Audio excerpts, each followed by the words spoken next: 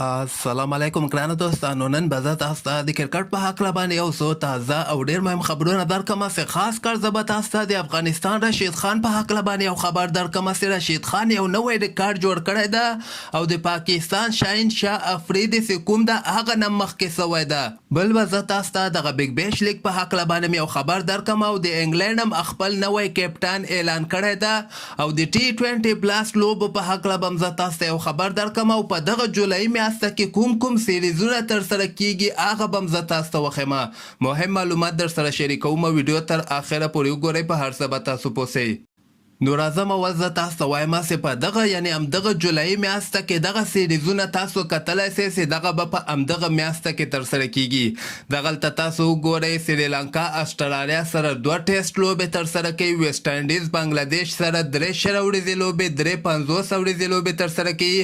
هندوستان بیا چې کوم د انګلینډ سره 1 ټیسټ لوبه 50 ورځې لوبې او 3 شل ورځې لوبې ترسره کوي. نیوزیلند بیا آیلینډ سره 50 ورځې لوبې او 3 شل ورځې لوبې ترسره کوي. پاکستان هم بیا سریلانکا سره 2 ټیسټ لوبې ترسره کوي. انګلینډ بیا ساوث افریقا سره 50 ورځې لوبې او 3 شل ورځې لوبې ترسره کوي. همدغسې نیوزیلند بیا سکاټلند سره 3 شل ورځې لوبې ترسره کوي. هندوستان بیا ویسټ انډیز سره 50 ورځې لوبې او 15 شل ورځې لوبې ترسره کوي. PNG سنگاپور سره 4 شل ورځې لوبې ترسره کوي. دغه څومره لوبې هم چې دي دغه په همدغه جولایي میاشته کې به که خیر ترسره کیږي، خو دغلته بدبختانه افغانستان په جولایي میاشته کې بیخي لوبې نه ترسره کوي. صرف شپږیزه لیګ ده د افغانستان شل ورځه ټورنمنټ، هغه به که خیر په دغه جولایي میاشته کې ترسره سي. او دې نه علاوه به زه تاسو ته د افغانستان رشید خان په هکله باندې یو خبر درکړم چې رشید خان یو نوی ریکارډ خپل نوم باندې کړی ده.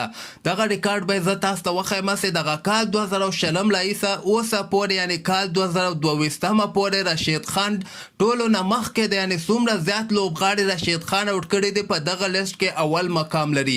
یعنې څومره شل ورځې لوبې چې رشید خان ترسره کړي چې د افغانستان لپاره د IPL لوبې، د پاکستان سوپر لیګ لوبې، د T20 بلاست لوبې، د بیګ بیش لیګ لوبې، دغه څومره لوبې هم چې رشید خان ترسره کړي دي په دغه لیست کې اول مقام لري چې د پاکستان شاهین شاه افریدي او حارث رؤف او همدغسې د بنګلادیش فاست بالر چې کوم ده او هرسنګه د سریلانکا لیګ سپینر ډېر ټول نه مخکې سوی ده. دغه لیست مخامخ د تاسو وګورئ. رشید خان 182 لوبغاړي اوټ کړي دي، حارث رؤف 132 لوبغاړي اوټ کړي دي، شاهین شاه افریدي بیا 125 لوبغاړي اوټ کړي دي او همدغسې مستفیض الرحمن 122 لوبغاړي اوټ کړي او هرسنګه بیا 112 لوبغاړي اوټ کړي دي.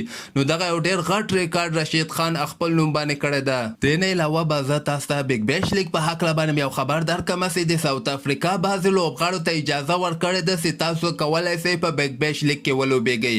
دغه ډرافت چې کوم ترسره کیږي په دغه کې د ساوث افریقا پخوانی کپټان فاف ډوپلیسي، ملچن ډیلنګا او دې نه علاوه راورلوسو او ډیوډ ویسي دا هغه لوبغاړي دي چې بیګ بیش لیګ لپاره دوی خپل نومونه ډرافت ته لیږلي دي. دې نه علاوه به زه تاسو ته وایم چې د انګلینډ هم خپل نوی کپټان ټاکلی ده. ما تاسو ته تېره ورځ هم دغه خبر درکړی و چې بین سټوک او جوس بټلر کې به یو دوی کپټان وټاکي او ما تاسو ته دا هم ویلي ول چې جوس بټلر امکانات ډېر زیات دي ځکه دی زیاتره وخت کې فټ دی. هماغه په وجه باندې نن د انګلینډ کرکټ بورډ جوس بټلر د شل ورځو لوبې او د 50 ورځو لوبو نوی کپټان انګلینډ لپاره وټاکو. او بل به زه تاسو ته د T20 بلاست په هکله باندې یو خبر درکړم چې د T20 بلاست لوبې که خیر سبا نه شروع کیدونکي دي. سبا ته چې کومې لوبې ترسره کیږي دغلته د قیس احمد دوی ټیم لوبه هم ترسره کیږي، د نوین الحق دوی ټیم لوبه هم ترسره کیږي او د رشید خان دوی ټیم لوبه هم که خیر سبا ته ترسره کیږي. او دغه لوبې به د افغانستان په وخت باندې 10:30 بجې د شپې که خیر شروع کیږي. همدغسې تازه خبرو لپاره تاسو دغه چینل هم در سره سبسکرایب کولی شئ.